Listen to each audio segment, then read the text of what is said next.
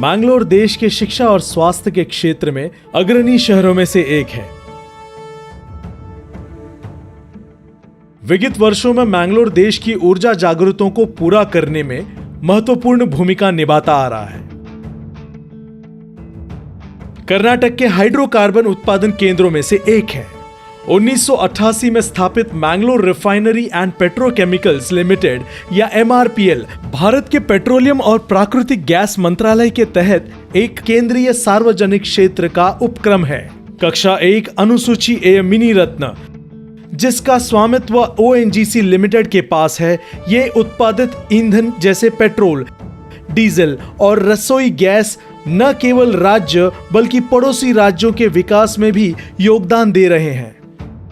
MRPL अत्याधुनिक विनिर्माण संयंत्र है, जिसकी प्रति वर्ष 15 मिलियन मीट्रिक टन की प्रसंस्करण क्षमता है। मैंगलोर के उत्तर में एक खूबसूरत पहाड़ी क्षेत्र में स्थित एक गौरवपूर्ण निगम है। MRPL ने 2005 में रिफाइनरी परिसर के पास अपना पहला रिटेल आउटलेट या पेट्रोल पंप स्थापित किया था। वर्तमान में MRPL के कर्नाटक और केरल राज्य में 35 रिटेल आउटलेट है और अगले 5 वर्षों में पूरे दक्षिण भारत, कर्नाटक, केरल, गोवा, तमिलनाडु, आंध्र प्रदेश और तेलंगाना में 500 रिटेल आउटलेट के साथ बड़े पैमाने पर विस्तार करने की योजना है। कंपनी की अद्वितीय रिटेल आउटलेट ब्रांड हाईक्यू ने उच्च गुणवत्ता वाले एक ब्रांड की पहचान बनाई है और सटीक ईंधन माप से अर्जित ग्राहकों की संतुष्टि के साथ यह प्रतिष्ठा स्थापित है। कंपनी MRPL के प्रत्येक रिटेल आउटलेट को एक विशेष ग्राहक सेवा केंद्र के रूप में मानती है। रिटेल आउटलेट अपनी कंपनी उच्च गुणवत्ता, सुरक्षा और ग्राहक सेवा के लिए जानी जाती है। अपनी विश्वसनीयता और सेवा के साथ MRPL हाईक्यू रिटेल आउटलेट एक लोकप्रिय चयन है।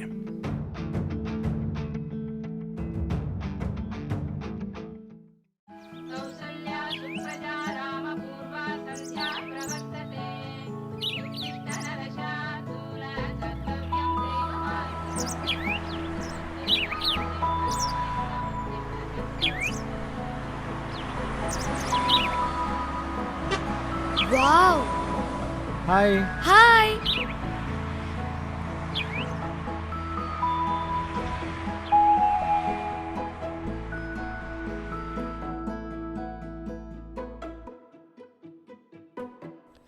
ये! पापा, पापा, पापा गार्डन में है। हाय डैडी, मैं घर आ हाय गया। आकाश, आओ बैठो। मुझे आपसे कुछ कहना है। पता है आज स्कूल में क्या हुआ? क्या हुआ? मुझे एक प्रोजेक्ट पर काम करने के लिए कहा अच्छा। है। हॉस्पिटैलिटी, कस्टमर सर्विस, इंफॉर्मेशन और ऑनेस्टी, ये सारे टॉपिक्स जहाँ पर मौजूद है उसका एक उदाहरण देकर ब्यूटीफुल सा प्रोजेक्ट बनाने के लिए कहा है। बस इतना ही है ना बेटा? हाँ। मैं तुम्हारी मदद जरूर करूंगा। आज यही किसी पास के बड़े हॉस्पिटल में या फिर किसी रेस्टोरेंट में चलते हैं, वहाँ तुम्हें सारी जानकारी मिल जाएगी। पापा, ये सारी जगह हमारे घर से बहुत दूर है। हम यही पास के पेट्रोल पंप पे चलते हैं ना। पेट्रोल पंप में? हाँ। वहाँ क्या है? जब हम वहाँ पिछली बार गए थे, मुझे महसूस हुआ कि वहाँ पे बहुत अच्छी कस्टमर सर्विस मिलती है। तो चलिए ना वहाँ पे फिर से जाके कंफर्म करते हैं।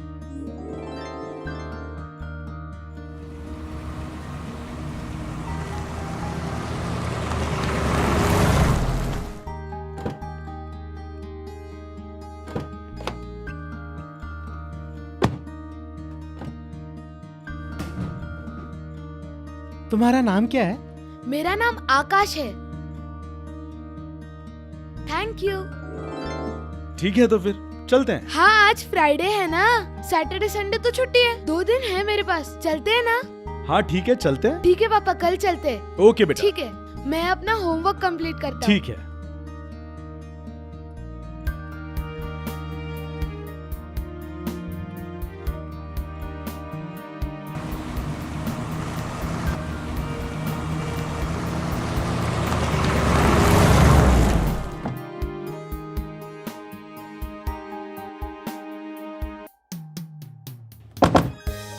आकाश, वही है इस पेट्रोल पंप के डीलर। ओ अच्छा। नमस्ते, मैं नमस्ते। राकेश हूँ और ये मेरा बेटा नमस्ते आकाश सर। है। नमस्ते। हम आपसे बात करना चाहते हैं। आइए आइए, बिल्कुल। थैंक यू बैठिए। सर। हम लोग यहाँ पर आए हैं क्योंकि मेरे बेटे का एक स्कूल प्रोजेक्ट है। आपकी ग्राहकों की सेवा, आपकी क्वालिटी, ये सारी बातें हम आपसे जानना चाहते हैं। ये एक स्कूल प्रोजेक्ट है, इसमें हमें आपकी मदद चाहिए। बिल्कुल। पापा, जब हम एंट्रेंस से आ रहे थे तो ये चीज बाहर देखी थी ना? या बिल्कुल। अंकल, ये क्या है? बैंगलोर में फर्स्ट डीलर्स का मीट हुआ था पिछले दिसंबर में। ये मोमेंटो हमें वहाँ मिला था, सारे ओ, डीलर्स को। बहुत प्यारी है। वो दरअसल हमारे मोनोलिथ को रिसेंबल करता है। एंट्रेंस पर देखा था। आपसे मिलकर अच्छा लगा सर। मैं आपको हमारे एक DSW से पहचान करवाता हूँ। उनका नाम सुनीता है और वो हमारे लास्ट मंथ की star DSW of the month थी। वो आपको सारी जरूरी जानकारी दे देगी। सुनीता,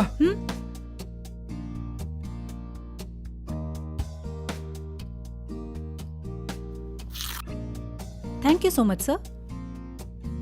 ये हमारे कस्टमर राजेश है और ये नमस्ते उनका सर, बेटा नमस्ते। आकाश। वो पेट्रोल पंप के ऑपरेशंस के बारे में जानना चाहते हैं। उनके बेटे के स्कूल में कोई प्रोजेक्ट है, उन्हें जो भी जानकारी चाहिए दे दो। ठीक है सर, आइए। ठीक है Thank सर। you। वेलकम।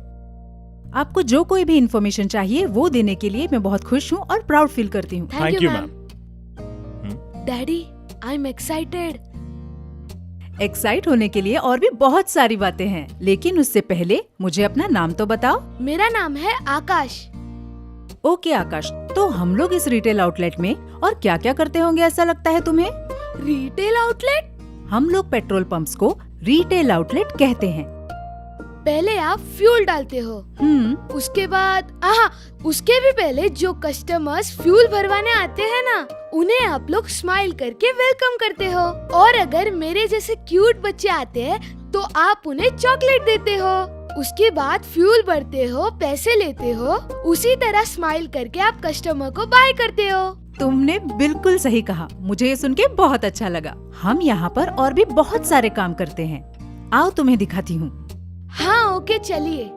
देखो, हम रोज अलग अलग तरह के ग्राहकों को मिलते रहते हैं। उनमें से कोई स्कूल, कोई कॉलेज जाता है और कोई ऑफिस जाता है, और उनमें से कोई शादी जैसे फंक्शन में जाने वाले लोग होते हैं। इसीलिए यहाँ आने वाला हर कोई बहुत ज्यादा जल्दी में होता है। इसीलिए हमें ये ध्यान रखना पड़ता है कि किसी को कोई भी तकलीफ ना हो। Yes exactly. ऐसे सिचुएशन में आप किस तरह से मैनेज करते हो, यही इम्पोर्टेंट पॉइंट्स है जो मुझे आपसे जानना है। ठीक है, तो फिर सबसे पहले MRPL के कर्मचारियों के बारे में कहें तो रिटेल डीलर्स, फोरकोर्ट मैनेजर्स और पंप अटेंडेंट्स जैसे कर्मचारी कंपनी के मुख्य भाग हैं। जैसे कि रिटेल आउटलेट में काम करने वाला हर एक व्यक्ति MRPL के मोटो को रिप्रेजेंट करता है, उसके कॉर्पोरेट वैल्यूज और बिजनेस एथिक्स का प्रतिनिधित्व करता है। MRPL के रिटेल नेटवर्क का हिस्सा होना अपने आप में बहुत सारे नियम और जिम्मेदारियां लाता है। डेली ऑपरेशन, मेंटेनेंस और साफ सफाई, रोज ईंधन की गुणवत्ता और मात्रा का निरीक्षण करना, सुरक्षा और संरक्षण का ध्यान रखना और सबसे पहले ग्राहक की संतुष्टि का ख्याल रखना। और इन सभी गतिविधियों के साथ साथ हमें बहुत सारे नियमों और जिम्मेदारियों का पालन करना पड़ता है। MRPL का रिटेल आउटलेट एक सुनियोजित कार्य स्थान है। कुशल प्रदर्शन के लिए पूरे परिसर के डिजाइन का पता होना बहुत ज्यादा जरूरी है। कस्टमर के एंट्री और exit points, fuel dispensing units, canopy और RVI, fire safety equipments, sales buildings, electrical cabins, toilets, fuel storage tanks, sample retention rooms, stock और price display boards, hoardings, direction signages, monolith, totem और बाकी displays. बाप रे, इतना सब! मेरी mummy जिस तरह घर के सारे काम अकेले हैंडल करती है ना, उस तरह आप ये सारे काम अकेले करती हो? नहीं, सारे काम मैं अकेली नहीं करती। यहाँ के सारे कर्मचारी सभी काम आपस में बांट लेते हैं। जैसे तुम और तुम्हारे पापा मम्मी के कामों में हाथ बटाते हो, उसी तरह यहाँ के सभी कर्मचारी इन सभी कामों का बहुत खास ध्यान रखते हैं। हमारे रिटेल आउटलेट्स में ग्राहक ही सब कुछ है, इसीलिए इस आउटलेट की सभी सुविधाएं ग्राहक की संतुष्टि और पसंद को ध्यान में रखते हुए बनाई गई हैं, क्योंकि एक संतुष्ट ग्राहक ही यहाँ वापस आता है और इसी कारण अच्छा व्यापार होता है। तो सबसे पहले जब यहाँ पे कोई ग्राहक अपना वाहन लेके आता है तो हमें उसका स्वागत करना होता है, और ये एक बड़ी सी मुस्कुराहट और खाली डिस्पेंसिंग यूनिट मतलब पंप की तरफ ग्राहकों को भेजने से होता है। अगर कभी आउटलेट्स में रश है और ग्राहकों को इंतजार करने की परिस्थिति आए तो हम उनकी गाड़ियों की विंडशील्ड क्लीनिंग और प्रेशर चेक करने जैसी सेवाएं देते हैं और साथ ही साथ आउटलेट्स में उपलब्ध और भी कई सारी सेवाएं जैसे कि क्वालिटी एंड क्वांटिटी चेक्स के बारे में जानकारी देते हैं। हाँ बिल्कुल, मुझे याद है एक बार हम यहाँ फ्यूल भरने आए थे, तब हम क्यू में वेट कर रहे थे। तब एक अंकल ने हमारा विंडशील्ड क्लीन किया था। तब मेरे पापा बहुत खुश हुए थे, है ना पापा? सही कहा, हमारे ग्राहक की संतुष्टि ही हमारा मुख्य ध्येय है। देखो, तुम्हारे डैडी खुश हुए, तो अब उन्हें जब कभी भी गाड़ी में फ्यूल भरना हो तो वो यहीं आएंगे। इसी को हम कहते हैं कस्टमर सेटिस्फेक्शन। सिर्फ इतना ही नहीं, हमारी जितनी भी सेवाएं हैं, हम ग्राहक की संतुष्टि का खास ध्यान रखते हैं। फ्यूल भरने से पहले वाहन में क्या डालना है, पेट्रोल या डीजल, इसकी जानकारी लेने के बाद कितने प्रमाण में फ्यूल भरना है ये हम ग्राहक से पूछते हैं। उसके बाद डिस्प्ले में क्वांटिटी सेट करते हैं। वाहन में फ्यूल भरने से पहले ग्राहक को डिस्प्ले पे जो 0 है वो चेक करने के लिए निवेदन करते हैं। फ्यूल को पूरी तरह भरने के बाद ईंधन का ढक्कन बंद करते हैं और अगर ग्राहक से गाड़ी की चाबी ली हो तो उसे वापस देकर ग्राहक से पैसे ले लेते हैं और छुट्टे पैसे वापस देकर ग्राहक को हम बिल दे देते हैं। अगर ये कार्ड या डिजिटल पेमेंट हो तो उस क्रिया में हम ग्राहक की सहायता करते हैं।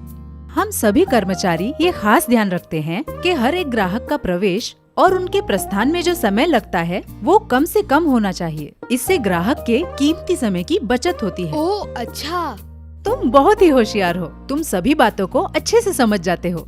नए डीएसएम के लिए यानी कि एक नए कर्मचारी के लिए हमारे आरओ मैनेजर ने एक ट्रेनिंग सेशन कल सुबह ठीक 10:30 बजे अरेंज किया है। सो अगर आप ट्रेनिंग सेशन में हमारे साथ रहेंगे तो आकाश के प्रोजेक्ट के लिए जितनी जानकारी चाहिए वो आपको मिल जाएगी। डीएसएम मतलब? डीएसएम का मतलब है ड्राइव वे सेल्समैन। अच्छा ठीक है। बिल्कुल। तो ठीक है मैडम, कल सुबह 10:30 बजे मैं इसे यहाँ ले आता हूँ। ठीक है, बाय आकाश। पापा जोर से सुसु लगी है। थोड़ी देर रुको, अब हम घर जा रहे हैं ना, वही जाकर करो। अरे घर पे क्यों जाना है, यहीं पे है ना, उसे यूज कर लीजिए। ठीक है, तुम जाओ।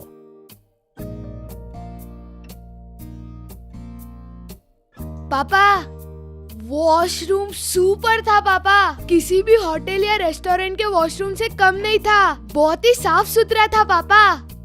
थैंक यू, हम लोग साफ सफाई को सबसे ज्यादा महत्व देते हैं। तो फिर कल मिलते हैं। Bye bye.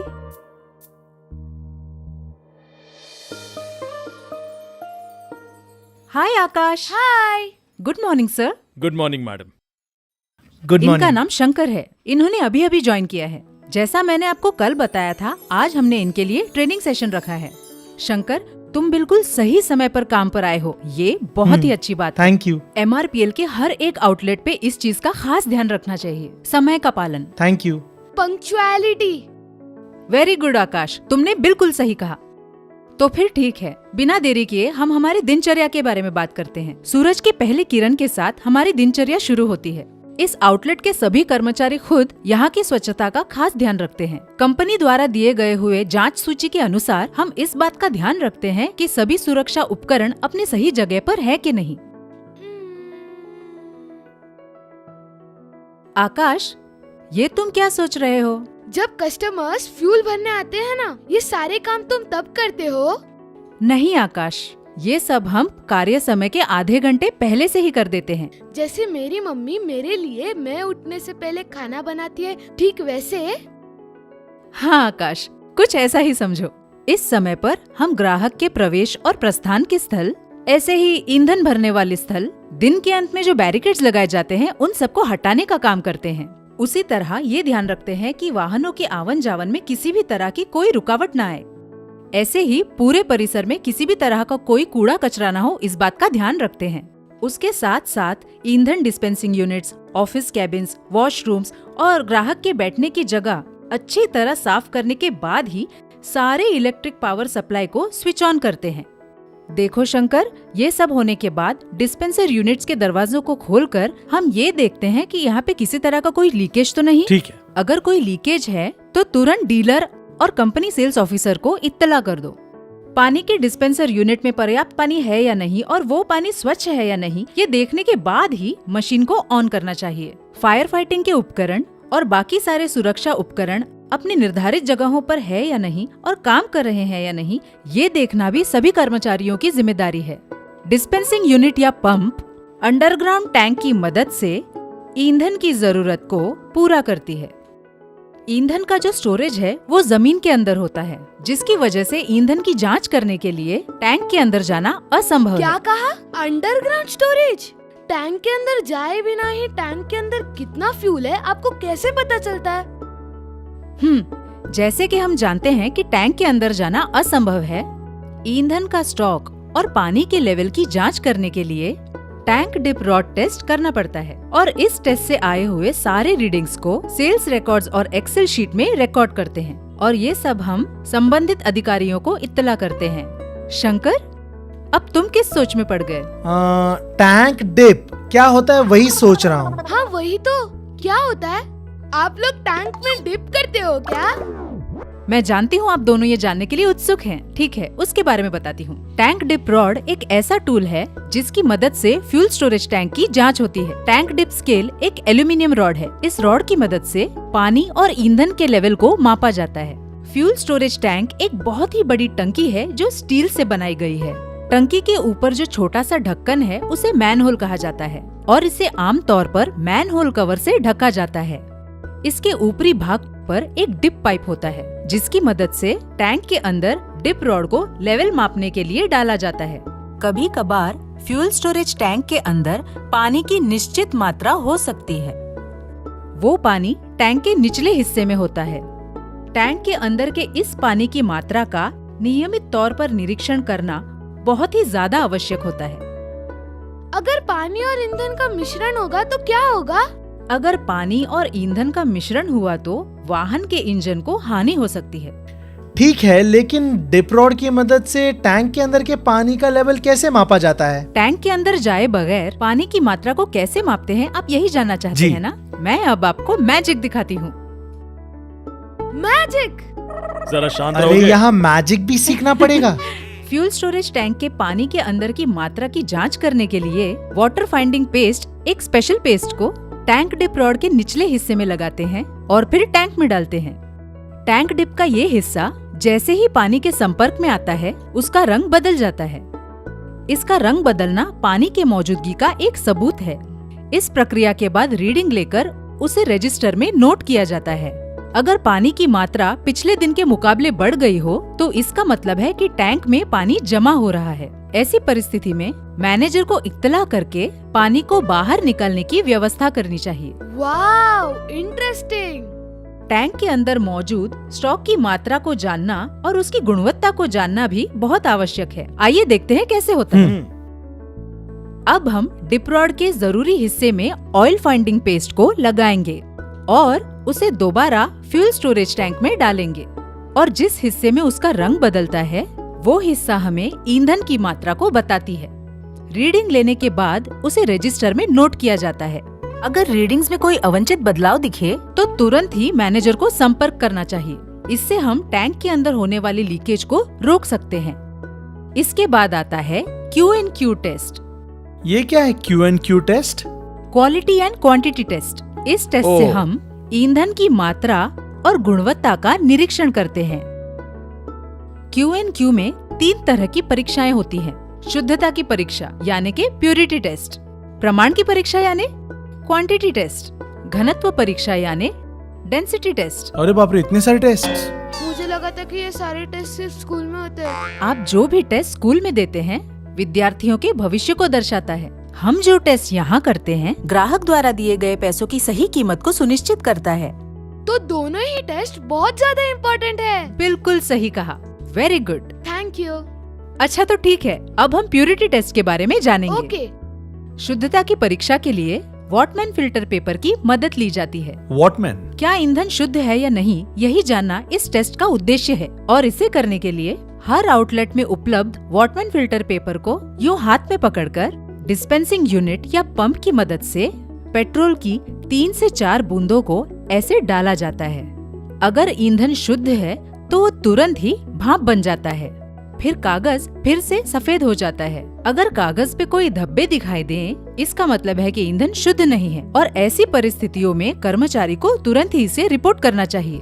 हाँ, तो डीजल की जांच भी ऐसे ही की जाती है ना? इस तरह के टेस्ट सिर्फ पेट्रोल पर ही लागू होते हैं, डीजल को इसकी जरूरत नहीं। जो काम आप सुबह करते हो, ये काम भी आप उसी के साथ करते हो क्या? बिल्कुल। अगर किसी भी ग्राहक को पेट्रोल की शुद्धता के बारे में कोई भी संदेह है तो उनके सामने भी ये परीक्षा की जाती है। पापा, ये बहुत ही इंटरेस्टिंग है yes, very interesting. Purity test के बारे में आपको कोई भी डाउट है क्या? ना? नहीं। तो फिर ठीक है, अब हम क्वांटिटी टेस्ट के बारे में जानेंगे। ओके, ठीक है। डिस्पेंसिंग यूनिट से सप्लाई होने वाली फ्यूल की मात्रा क्या उतनी ही है जितनी अपेक्षित है? क्या ये मात्रा सही है? ये जानने के लिए हम क्वांटिटेटिव टेस्ट करते हैं। इसे करने के लिए हर रिटेल आउटलेट में weights and measures certified 5 litre की ऐसी एक कैन इस्तेमाल की जाती है। इस कैन के ऊपरी भाग के इस होल में फ्यूल को डीयू नोजल से भरा जाता है जब तक कि वो पूरी तरह से भर न जाए। इस कैन में भरी हुई फ्यूल की मात्रा क्या पंप मीटर की रीडिंग के हिसाब से 5 लीटर से मैच हो रहा है या नहीं, ये देखा जाता है और उसी हिसाब से डिस्पेंसिंग यूनिट की मदद से फ्यूल को सटीक मात्रा के हिसाब से रिलीज की जाती है। फ्यूल में जो बदलाव आते हैं वो दरअसल क्या दर्शाते हैं?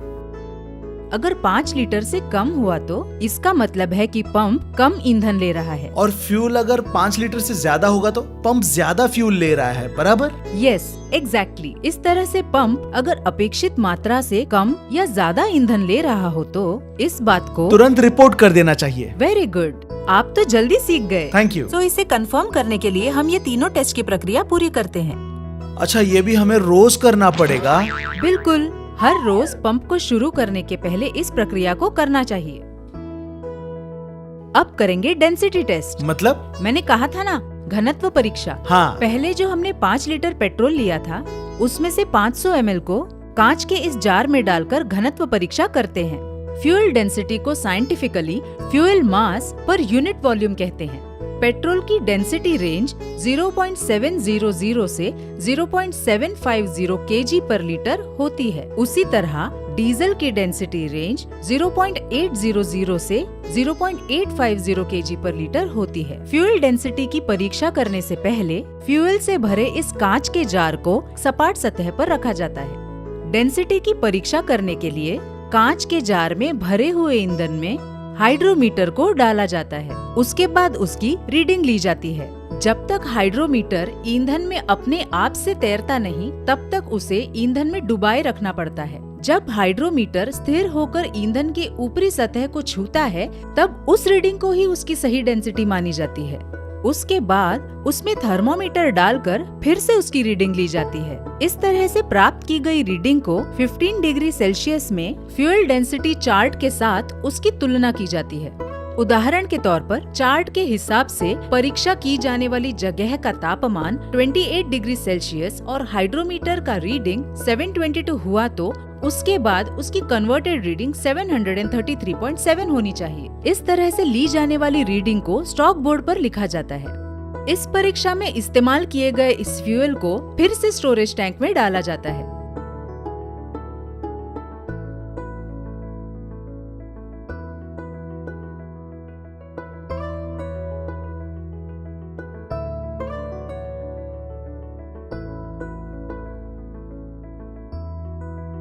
आकाश, तुम बोर तो नहीं हो रहे हो ना?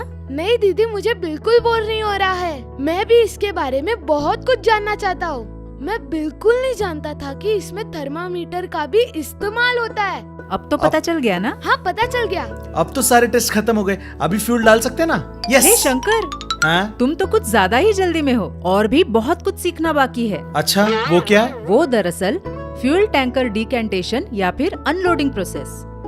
फ्यूल टैंकर डिकैंटेशन प्रोसेस, उसका मतलब क्या है? रिटेल आउटलेट की जरूरी प्रक्रियाओं में से एक है फ्यूल टैंकर डिकैंटेशन यानी अनलोडिंग प्रोसेस। इसका मतलब है ईंधन को वाहन के टैंकर्स में से रिटेल आउटलेट के स्टोरेज टैंक में भरना। ओह, ईंधन को सप्लाई करने वाले टैंकर्स बहुत ही बड़े हेवी ड्यूटी टैंकर्स होते हैं, जो कि कम से कम 12,000 लीटर से लेकर 20,000 लीटर या उससे भी कहीं ज्यादा ईंधन को ढोने का काम करता है। फ्यूल को टैंकर्स में सुरक्षित तरीके से ट्रांसपोर्ट करने के लिए उसे टैंकर्स में 2, 3 या उससे भी ज्यादा कंपार्टमेंट्स में बांटा जाता है।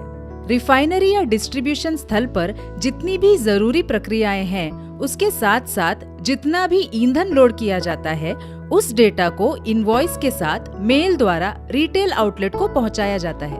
टैंकर चालक भी अपने साथ डेटा और इनवॉइस की कॉपी रखता है। रिटेल आउटलेट में जब भी टैंकर आता है, तब ट्रक ड्राइवर को निर्धारित जगह पर मतलब रास्ते की दिशा में गाड़ी पार्क करने को कहा जाता है। ऐसा करने से आपातकालीन स्थिति में पाइप को निकालकर ट्रक को जल्द से जल्द बाहर निकालने में आसानी होती है। इस बीच टैंकर के टायर की हवा को चेक किया जाता है और उसके बाद टैंकर को सपाट स्थल पर पार्क किया जाता है, क्योंकि टैंक को खाली करते समय अगर ईंधन अस्थिर हो तो ट्रक को खाली करने में मुश्किलें आती हैं। ईंधन की सुरक्षा के लिए ऐसा करना जरूरी है। ऐसा करने के बाद ड्राइवर को सूचित किया जाता है कि वो इंजन को बंद कर दे और हैंड ब्रेक्स लगा ले, और साथ साथ चोक्स को टायर के नीचे फंसा दिया जाता है ताकि ट्रक पूरी तरह से स्थिर हो जाए। ये सब होने के बाद ईंधन को स्थिर होने के लिए ट्रक को कम से कम 20 से 30 मिनट के लिए ऐसे ही छोड़ दिया जाता है। ऐसा करने से ईंधन को मापते वक्त हमें ईंधन की सही मात्रा का पता चलता है। हमें इन प्रोसीजर्स को क्यों फॉलो करने चाहिए? अगर हम ऐसा नहीं करेंगे तो चालान में लिखे हुए ईंधन की मात्रा और ट्रक से निकाली गई ईंधन की मात्रा का सही अंदाजा नहीं लगा पाएंगे। अच्छा, और क्या क्या काम करते हैं आप लोग? इस समय पर ड्राइवर से चालान या इनवॉइस की कॉपी मांग ली जाती है और उसके लाइसेंस को भी चेक कर लिया जाता है। पुलिस अंकल डैडी को रोड पे रोककर लाइसेंस चेक करते हैं ना, ठीक वैसा ही ना? सही कहा आकाश। चालान या इनवॉइस कॉपी में ध्यान देने वाली जरूरी बातें हैं: प्रोडक्ट डिटेल्स, डेट और समय, फैक्ट्री का नाम और पता, ट्रक का रजिस्ट्रेशन नंबर, कुल मात्रा, खरीदार का नाम और पता, लॉरी की रसीद, अंशांकन प्रमाण पत्र, ट्रक में किए गए कंपार्टमेंट के प्रकार से पीएल और डीएल को ध्यान से देखना होता है। डिप रॉड को मेजरिंग टेप से मापा जाता है। चार्ट के अनुसार डिप रॉड पर वेट और मेजर्स के निर्धारित चिन्ह है या नहीं, वो भी चेक करना होता है। डिप रॉड को मापने की क्या जरूरत है? बहुत ही ज्यादा जरूरी है। डिप रॉड रिटेल आउटलेट में डिकेंटेशन के लिए आए हुए ट्रक्स के हिसाब से बनाया गया है या नहीं, इसको चेक करना और ध्यान रखना बहुत ही ज्यादा आवश्यक है। अगर ये सब सही रहा तो डीलर्स की द्वारा ट्रक्स को अनलॉक करने की प्रक्रिया शुरू की जाती है। वो कहाँ होता है? आउटलेट में ही होता है। अच्छा। इसके साथ साथ सुरक्षा के लिए 10 किलो का अग्नि सुरक्षा उपकरण ट्रक के नजदीक रखा जाता है। फ्यूल फिल पॉइंट और टीटी को अर्थिंग बेस के साथ अर्थिंग केबल को भी कनेक्ट करना होता है। किसी भी फिल या डिस्चार्ज पॉइंट को खोलने से पहले ये करना जरूरी होता है। उसके बाद ट्रक में मौजूद सभी मास्टर वाल्व्स को खोल दिया जाता है। ये सभी निरीक्षण करने के बाद हमारे कर्मचारियों में से एक ट्रक ड्राइवर से ट्रक की डिपिंग रॉड को लेकर सेफ्टी पीपीई पहनकर संभलकर ट्रक पर चढ़ जाता है। उन्हें डर नहीं लगता है क्या? नहीं आकाश, देखो शंकर ने अभी अभी हमें ज्वाइन किया है और उन्हें हम सारी जानकारी दे रहे हैं, है ना? इसी तरह हमारे सभी नए कर्मचारियों को सभी तरह की प्रशिक्षण देते हैं, जिसकी वजह से उन्हें डर नहीं लगता। ट्रक के ऊपरी भाग के पहले कंपार्टमेंट को खोलने के बाद हमें 2 तरह के ढक्कन देखने को मिलेंगे। एक होता है डिप पाइप, जिसमें हम डिप रॉड डालकर पीएल और डीएल को चेक करते हैं। दूसरा होता है फिल पाइप, इसमें लोडिंग टर्मिनल से फ्यूल को भरा जाता है। वाटर फाइंडिंग पेस्ट और ऑयल फाइंडिंग पेस्ट को डिप रॉड पर लगाकर पानी की मात्रा और फ्यूल की मात्रा को मापा जाता है। डिप रॉड के द्वारा अगर पानी की उपस्थिति का पता चले तो फ्यूल की पूरी क्वांटिटी को निश्चित करने से पहले पानी को संभल कर निकालना आवश्यक है। डिप रॉड से मापी गई फ्यूल की मात्रा अगर डिप रॉड की मार्किंग के हिसाब से मेल नहीं खा रहा हो तो जितनी डीएल की कमी है उतना पूरा होने तक 5 लीटर के W&M सर्टिफाइड जार की मदद से धीरे धीरे करके जितनी ईंधन की कमी है उतना ईंधन कंपार्टमेंट में भरा जाता है। इस प्रक्रिया को टैंकर चालक के उपस्थिति में किया जाता है और किसी भी तरह का अंतर अगर दिखाई देता है तो इनवॉइस कॉपी में लिखकर कर्मचारी और वाहन चालक की सिग्नेचर ली जाती है। इन बातों को तुरंत ही अपने मैनेजर और डीलर को सूचित करना चाहिए। इस प्रमाण निरीक्षण के बाद ट्रक से नीचे उतरने के बाद विजुअल क्वालिटी चेक की जाती है। इस चेक में मैनिफोल्ड के डिस्चार्ज वाल्व से बकेट में ईंधन को भरना होता है और ऐसा करते वक्त बकेट ट्रक के बॉन्डेड वायर के साथ जुड़ा हुआ है या नहीं ये देखना होता है।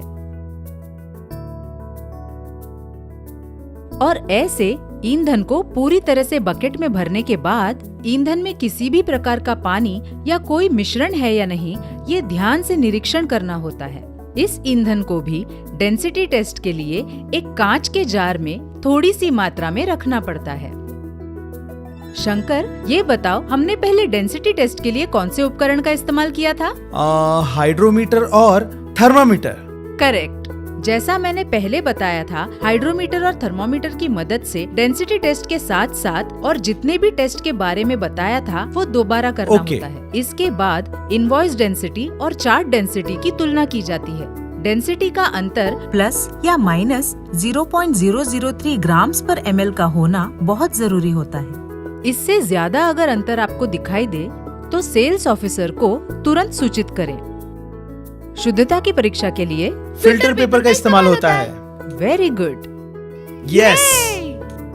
ट्रक के सभी कंपार्टमेंट के ईंधन के साथ ये टेस्ट करना जरूरी है। इस तरह से चेकिंग करने के बाद कर्मचारी डिप्रॉड के इस रीडिंग को ट्रक के इनवॉइस के साथ कंपेयर करते हैं। अगर इस कंपैरिजन में कोई अंतर दिखाई दे तो अपने सुपरवाइजर को इत्तला कर दे। अगर सब कुछ सही रहा तो अगले काम की तरफ बढ़ सकते हैं और आगे भी सब कुछ सही रहा तो फ्यूल सैंपल के अगले पड़ाव की तरफ बढ़ सकते हैं। एक छोटे से जार में 2 नंबर्स ऑफ 1 लीटर पेट्रोल और 1 नंबर ऑफ 1 लीटर डीजल के साथ एक बंद जार में लकड़े से बने सैंपल बॉक्स में सील किया जाता है।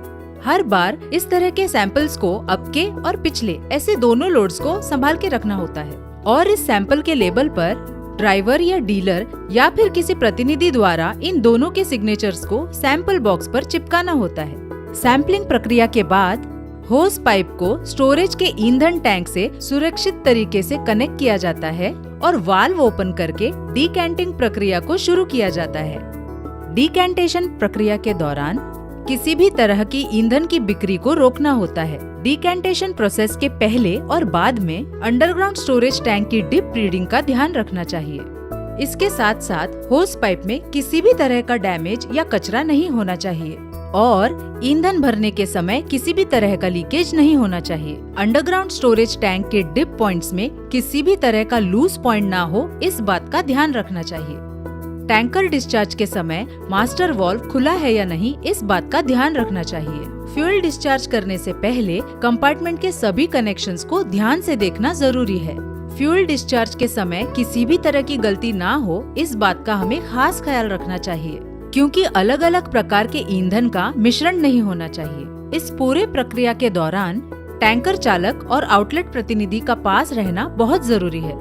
टैंकर डिस्चार्ज प्रक्रिया के बाद टैंकर चालक ने टैंकर को तुरंत पंप से थोड़ी दूर ले जाना चाहिए और टैंकर में बचे हुए ईंधन को निकालने के लिए वाहन को झटका देना चाहिए। इतने सिंपल से दिखने वाले पेट्रोल पंप पे इतना ज्यादा काम होता है, मुझे पता ही नहीं था। अब तो मैं यहाँ गर्व से काम करूंगा और मैं यहाँ जो भी काम करूंगा पूरी जिम्मेदारी के साथ करूंगा। ये जानकर खुशी हुई। जिम्मेदारी सुनकर कुछ याद आया। सेफ्टी यानी के आपातकालीन स्थिति में लिए जाने वाले कदम, सेफ्टी प्रोटोकॉल्स। अग्नि सुरक्षा रिटेल आउटलेट का सबसे जरूरी भाग है। सभी रिटेल आउटलेट्स में जरूरी अग्नि सुरक्षा के उपकरण उपलब्ध किए जाते हैं। इन उपकरणों की नियमित तौर से जांच करना बहुत ज्यादा आवश्यक है और साथ ही साथ ये सारे अग्नि रक्षा उपकरण काम करने की स्थिति में है या नहीं, इसका ध्यान रखना चाहिए।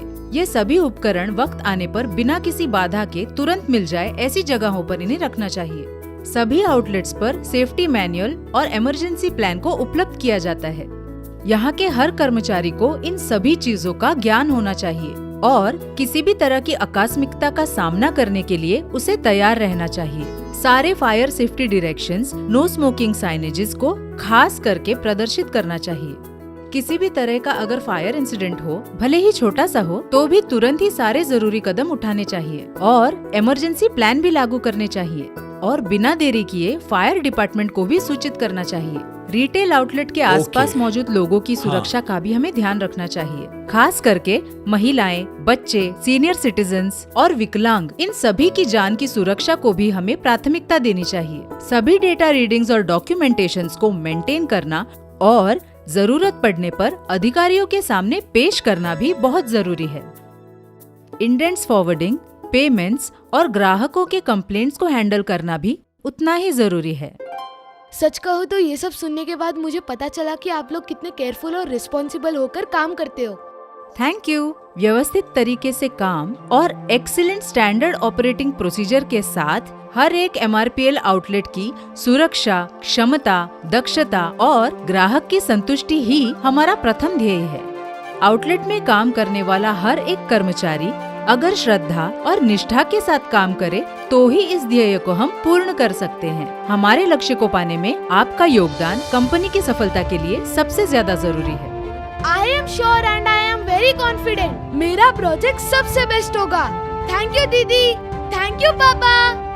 तुम्हारी तरह मैं भी बहुत कॉन्फिडेंट हूँ। जैसे आपने समझाया, मैं सारी बातों को बहुत अच्छे से समझ चुका हूँ और मैं अपने काम में इसका ध्यान रखूंगा। इतना ही नहीं, आप ही की तरह मैं स्टार अवार्ड भी हासिल करूंगा। Very good. MRPL अपने सारे DSM से इसी आत्मविश्वास की अपेक्षा करता है। All the best.